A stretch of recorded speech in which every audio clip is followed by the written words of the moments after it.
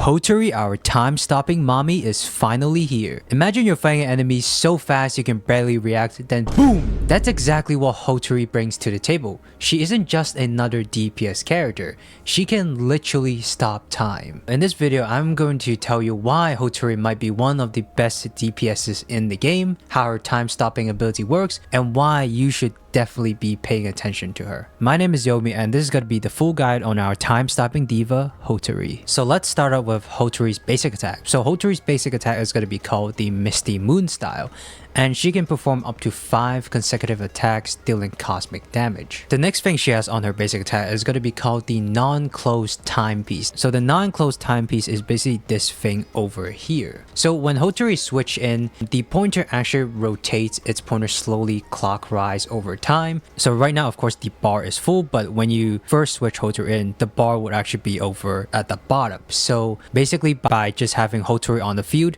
this pointer would start going clockwise and it will accumulate up to 120, let's just say, energy. And after you accumulate up to 120 energy, you can actually use Hotori's ultimate. The next thing we have is the rippling waves. The rippling waves is basically you holding down Hotori's basic attack button, and she will dash forward and deal 4 instances of cosmic damage to an area. Now the next thing we have is going to be crescent. So the crescent is basically whenever you're at mid-air and then you go down for a plunge, you would do 1 instance of cosmic damage to an area upon impact, and the damage of course increases based on your fall height up to 200%. The next one we have is going to be called half moment, and that's basically what would trigger when you perform a critical dodge.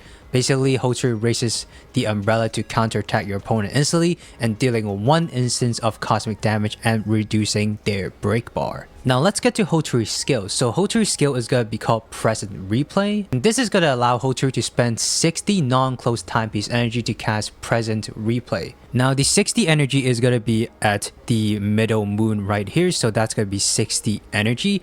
And after you reach this 60 energy and use the skill, of course, you can actually record the support skills and redirect skills of your allies for the next 5 seconds, accumulating up to 3 times per use. So you might be thinking, what does this mean? This means that basically after you cast Hotori's skill, you immediately change into your other characters, for example Juyuan or Hanel, and then you use their skill within that 5-second period. Then when you activate Hotori's ultimate, those skills would actually be in Hotori's ultimate. For example, Juyuan would of course do her thing in the ultimate, and then Hanel would have her little bot to attack the enemies. Now let's get to Hotori's ultimate. Hotori's ultimate costs 120 of the timepiece energy, so basically the full crescent moon bar. And when you activate the ultimate, it deals 10 instances of cosmic damage to an area, draws a katana from the umbrella handle, and changes attack mode. And it also completely stops time. So for example, if you're in the endgame mode, it will completely stop the timer while you're in the ultimate mode. One thing you need to know is that it also disables character switching, so while you're in Hotori's ultimate, you cannot switch characters. Now in the period where you have your ultimate active, you can do 10 instances of damage. So you can basically attack your enemies 10 times, and then after your combo reaches 10, it deals finisher damage, and then it also ends time slot, and then the pointer would be rewinded to 0. Now her skill priority should be as follows. So you first want to level up her ultimate first, because that is going to be where the bulk of her damage is going to be. Next, you want to use skill. Of course, that is where you're gonna get your time recording abilities. Next, you want to go for basic attacks, and then lastly, you want to go for her support skills. So her support ability is gonna be very straightforward. So when she is subbed in, she throws her umbrella and deals 1 instance of cosmos damage to an area. And with her support skill, she also prevents the little Vita Buds attacks from pausing during time stop, and also increases World's Ties finisher damage ratio by 100%. Now she does have a special unique trait, and that is she can actually stop time in the open world. So for example, if you're in the city and you want to stop time, you can just hold down the basic attack button, then she'll stop time. Now, I found a plethora of different ways to do this. For example, I found out that you can actually stop time in the pink pulse heist. So of course, the pink pulse heist is a timed event, and Hotori does bring a very good utility in the pink pulse heist because she can stop time. And during that period of stop time, you can still steal all of the valuables in the bank. So I feel like that is a very good addition to the character. Now, Hotori's life skill is actually also pretty important. As at level 1, it increases auction items by 1 extra per auction, and then at level 5, it increases auction items by 3 extra per auction. Now, you might be thinking, why is this so important? Now, in the auction, there is really one thing you must get weekly, and that is going to be the confectioner's coin. Now, the confectioner's coin is used to upgrade the anomaly furniture called the Blind Mamoon. And if you didn't know, the Blind Mamoon actually gets you funds by fighting a boss in the anomaly furniture. Now, the only way to level up the Blind Mamoon is by the confectioner's coin, and you actually do need quite a bit of confectioner's coin to level up the Blind Mamoon to max, and there is a limit to how many confectioner's coin you can get from the auction every single week. Now, with Hotori increasing the auction items by 3 extra per auction, now you just have a way easier time to level up Blind Mamoon, and you can also get more funds faster. So now let's talk about Hotori's best arcs and consoles. So Hotori's best arc is gonna be her signature arc, Marching Beyond Time. Now, you won't be, of course, having Marching Beyond Time maxed out for most people, so you probably won't have the increased attack by 32%. So I'm gonna show you, what will you get at level 1. So at level 1, you would of course get the attack and crit rate bonus from having Marching Beyond Time. So Marching Beyond Time is gonna give Hotori an extra 24% crit rate, increased attack by 16%, and you might be thinking, what is Waste Lab? What the hell is Waste Lab? It's gonna be kind of difficult to explain what's Waste Lab, but Waste Lab is basically where you store all your waste time. So you activate Waste Lab by, doing Hotori's skill. So after you do Hotori's skill, your allies will actually gain 1 stack of waste time when they use their skill or their support skill. Now, this can of course stack up to 3 times. So after that, you activate Hotori's ultimate, and in the ultimate, Hotori will basically use all the stacks you get. Her ultimate crit damage will be increased by 24%, plus an additional 8% per waste time stacked consumed. Consuming 3 waste time stacks at once grants an extra 12% defense ignore for 3 seconds. Basically, it's just gonna give Hotori a shit ton of ultimate damage, and it's gonna give her a shit ton of defense ignore.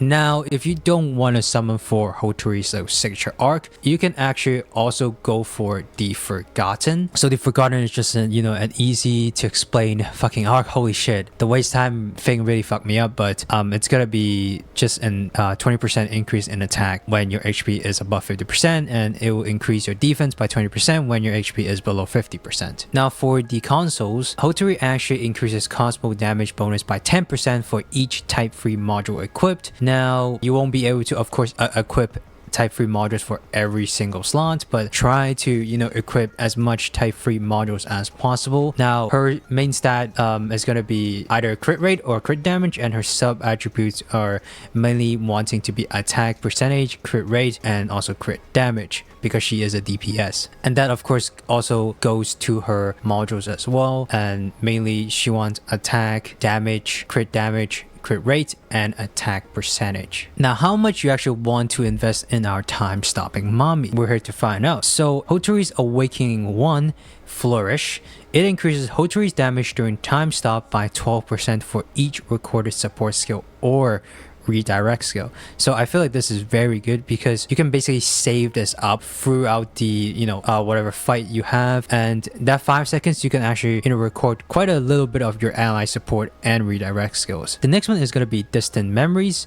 It will increase Hotori's damage by 20% during time stop. The next one is going to be Momentary Gaze. Recovers the energy spent on present replay after using it and completing the recording. Triggers at most once every 60 seconds. Interrupts energy restoration if energy is spent during the recovery process. Her 4th awakening is going to be Scattered Relics. So it grants an additional 10 energy to the non-closed timepiece for every 1 target defeated by the team while the pointer is not rewinding. spawning up to 3 times. Reset the count when casting World's Tides. So this base just gives her faster energy recharge on her little pointer thing. Now the 5th awakening is going to be All Seeing. So when Hotori is deployed, if there is only one enemy on the field, the entire team's damage against that target is increased by 15%. This effect is lost when Hotori is down. The last one is going to be Time Takes Away, and Hotori is going to ignore 30% of the target's defense during time slot, which is crazy. So you stack this 30% with the defense ignore you also get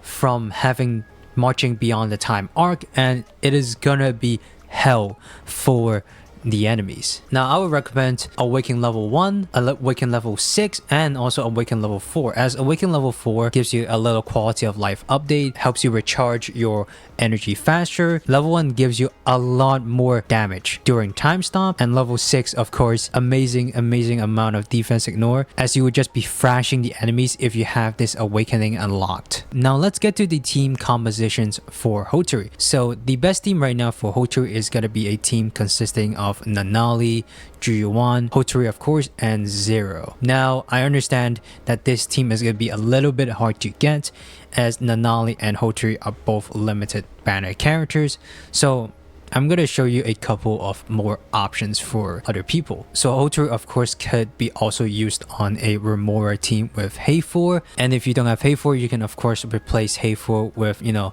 someone like Skia. So and this would of course also work for Remora as well. Now another little wild team comp I have is Hotori with Fadia and Hanel, and also with Daffodil. Because Hotori could copy both Fadia and Hanel's skill, it actually does make the team work pretty well. So this is gonna be like a wild card team. There is some options that you can do for Hotori right now, but like the game just released, so the team composition is gonna be a little bit tight for a character that, you know, is releasing basically not even a month after the release date. Yeah, but I already know which team I'm gonna go for, and it's definitely the mommy team. So yeah, that's gonna be it for everything I want to talk about Hotori. Now, in terms of, you know, should you pull for her or not, that's, you know, really up for you to decide. I myself is gonna pull for her because she does, you know, give you a lot of utility in the open world, and NTE is basically like 80% open world and 20%, you know, end game content. I myself think Hotori is gonna be a quite fine addition to your account, but let me know, would you be summoning for Hotori? And if you like this video, please like and subscribe, and I'll see you in the next NTE video.